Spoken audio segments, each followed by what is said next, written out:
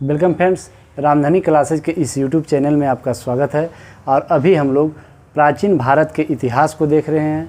और प्राचीन भारत के इतिहास में पिछले क्लास में हम लोगों ने ताम्रपाषाण और नवपाषाण को देखे थे। आज के क्लास में हम लोग सबसे पहले देखेंगे ईसवी सन और ईसा पूर्व क्या है। तो सबसे पहले हम लोग देखेंगे ईसा पूर्व को बिफोर क्राइस्ट भी बोला जाता है और उसके बाद ईसवी सन को एन्नो डोमिनी बोला जाता है।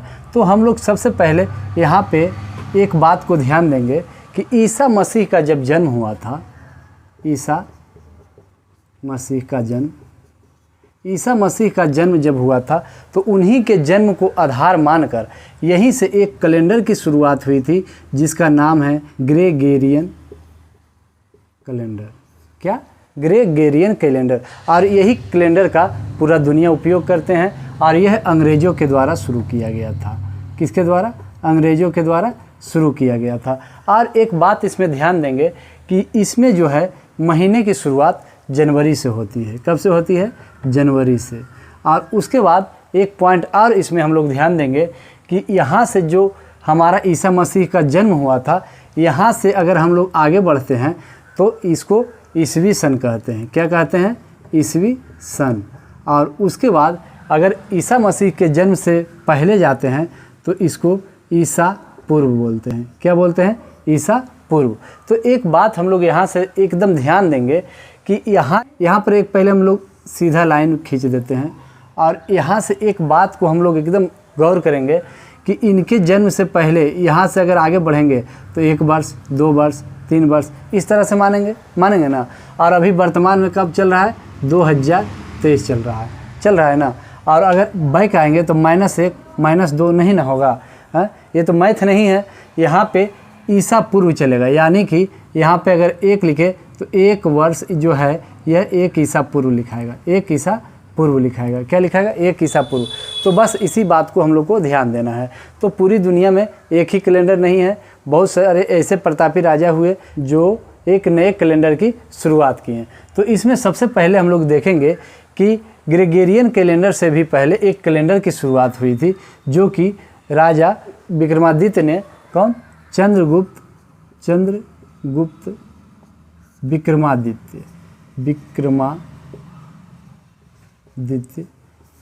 विक्रमादित्य के द्वारा एक कैलेंडर की शुरुआत किया गया था और इसे विक्रम संवत कहा गया। विक्रम संवत। और यह जो शुरुआत हुई थी वह कब हुई थी? 57 ईसा पूर्व में। कब हुई थी? 57 ईसा पूर्व में। उसके बाद हम लोग देखेंगे कि ईसा मसीह के जन्म के बाद एक कैलेंडर की शुरुआत हुई थी और उसका नाम है शक संवत। और यह बहुत ही इम्पोर्टेंट है। भारत का राष्ट्रीय जो पंचांग है वह क्या है? शक संवत है। तो यहाँ पर कनिष्क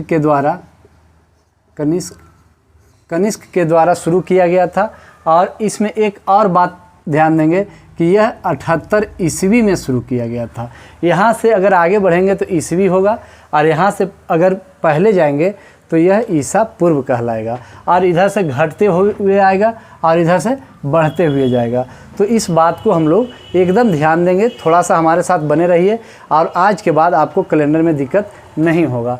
तो अब हम लोग और आगे बढ़ेंगे तो देखेंगे 319 ईस्वी। क्या देखेंगे? 319 ईस्वी। इसमें क्या ध्यान देंगे? यहाँ पे एक संवत की शुरुआत हुई थी, उसका नाम है गुप्त संवत। क्या नाम है? गुप्त संवत। और इसका जो शुरुआत किया था वह चंद्रगुप्त प्रथम ने किया था। कौन किया था? चंद्रगुप्त प्रथम।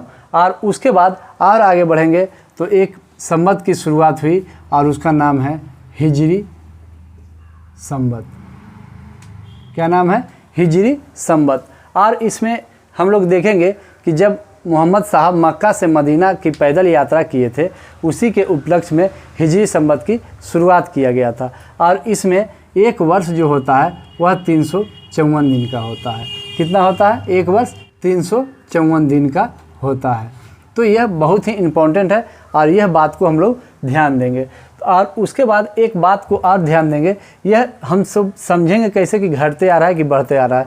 तो एक बात हम लोग यहाँ पर देखेंगे, गौतम बुद्ध का जन्म। गौतम बुद्ध का जन्म। गौतम बुद्ध का जन्म जो हुआ था वह कब हुआ? तो यहाँ पे 563 ईसा पूर्व में हुआ। कब हुआ? 563 ईसा पूर्व में। और उसके बाद मृत्यु कब हुई? तो मृत्यु 483 ईसा पूर्व में हुई। कब हुई? 483 ईसा पूर्व में। यानी कि हम लोग यहाँ से देख रहे हैं कि जन्म कब हुआ था? 563 यहाँ से घटते हुए आ रहा है ना, उसके बाद 483 में आकर इनकी मृत्यु हो गई। यानी कि एक समय ऐसा आया होगा कि 2 वर्ष हुआ होगा, 3 वर्ष हुआ होगा, उसके बाद फिर इधर से ईसापुर में इधर चलेगा। यहाँ पे ईसा मसीह के जितना भी पहले रहेगा वह ईसापुर में चलेगा, और ईसा मसीह के जितना भी बाद होगा वह क्या चलेगा? ईसवी सन चलेगा। तो हम लोग यह बात को एकदम बारीकी से देखेंगे कि ईसा मसीह का जन्म कब हुआ। ईसा पूर्व पहली सदी में हुआ था, और इन्हीं के जन्म को आधार मानकर ग्रेगोरियन कैलेंडर की शुरुआत किया गया था। और उसके बाद हम लोग आगे बढ़ेंगे तो देखेंगे शक संवत की शुरुआत कनिष्क के द्वारा किया गया था। और भारत का राष्ट्रीय पंचांग भी कौन सा है? तो शक संवत। और इसे हिंदी कैलेंडर भी कहा जाता है। क्या कहा जाता है? हिंदी कैलेंडर। और इसके महीने की शुरुआत जो होती है वह चैत से होती है।